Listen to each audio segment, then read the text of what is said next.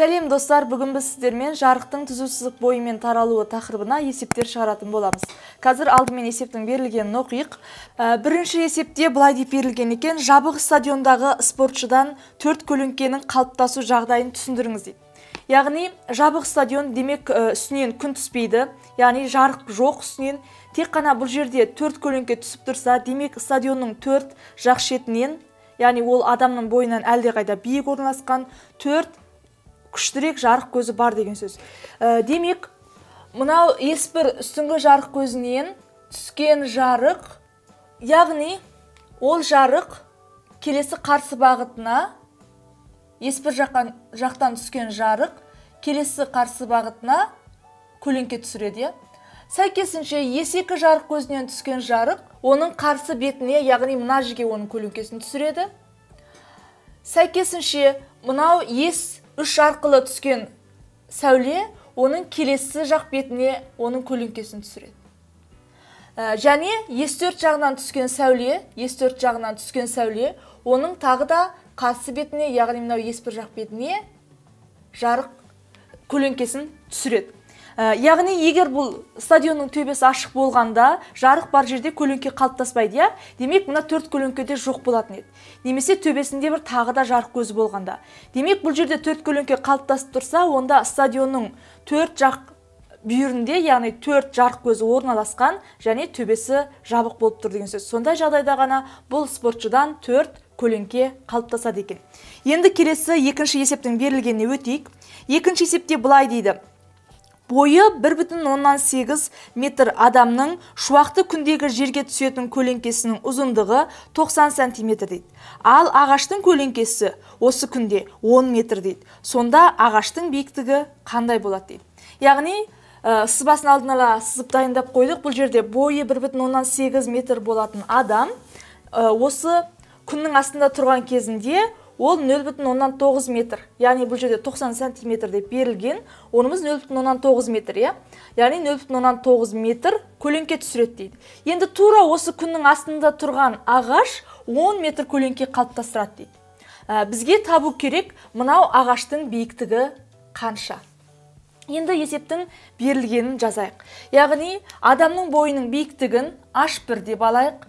H1-іміз 1,8 метр. Сәйкесінше одан пайда болған көлеңке H1 штрих деп алайық. Ол тең болады 0,9 метр. Есептің шартында 90 сантиметр деген, тікелей біз 0,9 метрге айналдырып жаздық. Және келесі ағаштың көлеңкесі H2 штрих деп белгілейік, ол 10 метр дейді. Бізге табу керек осы ағаштың биіктігі қанша. Балалар, бұл жағдайда екеуіне де ортақ жарық көзі ретінде біз күнді аламыз, яғни бір уақыттағы жағдайды қарастырып тұрған себепті бұл жерде күннен түскен, яғни мынау сәулелердің жермен қиылысу бұрыштары екеуінде де бірдей. Мына жақта да альфа бұрыш жасаса, мына жақта да альфа бұрыш жасайды. Енді үшбұрыштардың қасиетін пайдалансақ, яғни егер мына екі бұрыш бірдей болса, демек мына екі қабырғаларының, яғни H1-дің H1 штрихқа қатынасы және H2-ның H2 штрихқа қатынастары тең болады. Себеп бұл жердегі екеуіндегі бұрыш бірдей. Яғни жазайық, H1-дің H1 штрихқа қатынасы тең болады H2-ның H2 штрихқа қатынасы. Яғни ұзындықтарының көлеңкелеріне қатынасы бірдей болады екен. Себебі жарық көзі екеуіне ортақ және бұрыш ортақ.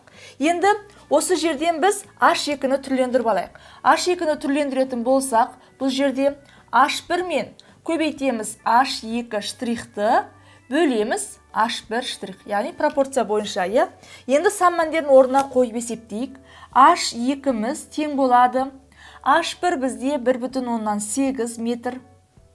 Көбейтеміз H2 штрих бізде 10 метр. Бөлеміз H1 штрихіміз 0,9 метр. Енді 1,8 бен 0,9-ды қысқартсақ, 2 де 1-ге қысқарады. 2 мен 10-ды көбейтсек, демек 20 метр. Онда бұл ағашымыздың биіктігі 20 метр екен.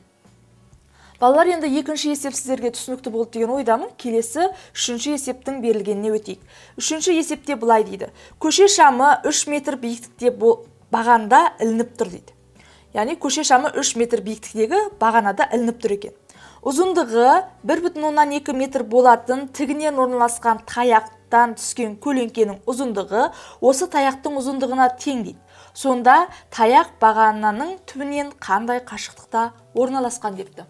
Яғни мынандай бір бағана берілген, оның басында жаңағы шам, яғни жарық көзі орналасқан екен. Бағананың биіктігі 3 метр дейді. Және осы бағанадан қандай да бір қашықтықта оның биіктігі 1,2 метр болатын таяқ орналасқан дейді. Ал осы жағдайда таяқтың биіктігі мен таяқтың көлеңкесінің ұзындығы тең болған дейді. Енді бізге табу керек мынау таяқ орналасқан жерден, яғни мына D нүктесінен А нүктесіне дейінгі қашықтықты табу керек. Енді бұл жерде қарап тұрсақ, мынау А, Б, Е деген үш бұрыш, А, Б, Е. Үш бұрыш А, Б, Е. Және мынау үш бұрыш С, Д, Е. Екеуіне ортақ бір бұрыш бар. Яғни мынау Д, Е, С деген бұрыш, Д, Е, С деген бұрыш, мына бұрыш. Осы екі үшбұрышқа да ортақ болып тұр.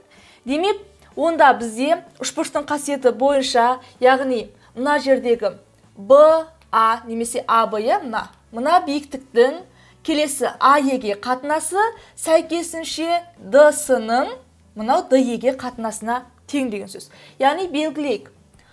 Бұл жерде А, Б-ның қатынасы А, Е-ге. Бұл үлкен үшбұрыштың қабырғалары, Және осы үшбұрышқа бірдей ортақ бұрышы бар. Мына С, Д, Е үшбұрышы үшін С, Д-ның қатынасы Д, Е-ге тең болады. Яғни үшбұрыштың қасиеттерінен біз осындай қатынас аламыз. Енді бізге қарап тұрсақ, А, Б белгілі. Бұл жерде С, Д, Д, Е екеуі де белгілі. Тек қана бізге белгісіз болып тұрған ол мынау А, Е қабырғасы. Алдымен осы А, Е-ні тауып алайық. Яғни А, Е-ні есептейтін болсақ, бұл жерде А, Е-ні тең болады. А, Б мен Д, Е-ні көбейтіп, мынау А, Б қабырғасы ұзындығы болған үшін модульмен ала салайық, қабырғалардың ұзындығын әріппен белгілемейік. Мынау А, Б мен бізде Д, Е-нің көбейтіп ұзындықтарын, оны бөлуіміз керек С, Д-ға. Енді орнына қойып есептейік. Сомен А, Е деген аралық бізде болады. А, Б-мыз бізде 3 метр. Көбейтеміз Д, Е аралығы 1,2 метр. Бөлеміз С, Д аралығы да бізде 1,2 метр. Тең болады 3 метр. Енді балар көріп тұрмыз, яғни А, Е 3 метр және Д, Е 1,2 метр. Әрине, бізге енді А, Д-ны табу өте оңай. Яғни А, Д-ның ұзындығын есептесек, мына А, Е жалпы ұзындықтан, Д, Е-ні алып тастағанға тең. Демек, бұл тең болады 3 метрден 1,2 метрді алғанға. Тең болады 1,8 метр. Яғни, бұл таяғымыз мынау бағананың түбінен есептеген кезінде 1,8 метр ара қашықтықта орналасқан екен. Балалар, бүгінгі түзу сызық бойымен жарықтың таралуына шығарылған есептердің барлығы көріп тұрғандарыңыздай үшбұрыштың қасиеттеріне тікелей тәуелді. Демек, геометрия бөлімінен сіздерге үшбұрыштың қасиеттерін тағы бір рет қайталап оқып шығу артық етпейді. Егер осы тақырыпқа шығарылған есептердің барлығы сіздерге онша түсінікті болмай қалса, онда осы практикалық бөлімнің теориялық бөлімін қарап өтіңіздер. Яғни түзу сызық бойы мен жарықтың таралуы тақырыбына түсірілген теориялық бөлімді тағы да бір рет қайталап көріп шығыңыздар. Және тағы да қандай да бір түсініксіз жері болса, осы видеоның астына сіздер пікір қалдыра аласыздар. Мен сіздерге жауап беремін. Келесі кездескенше сау болыңыздар.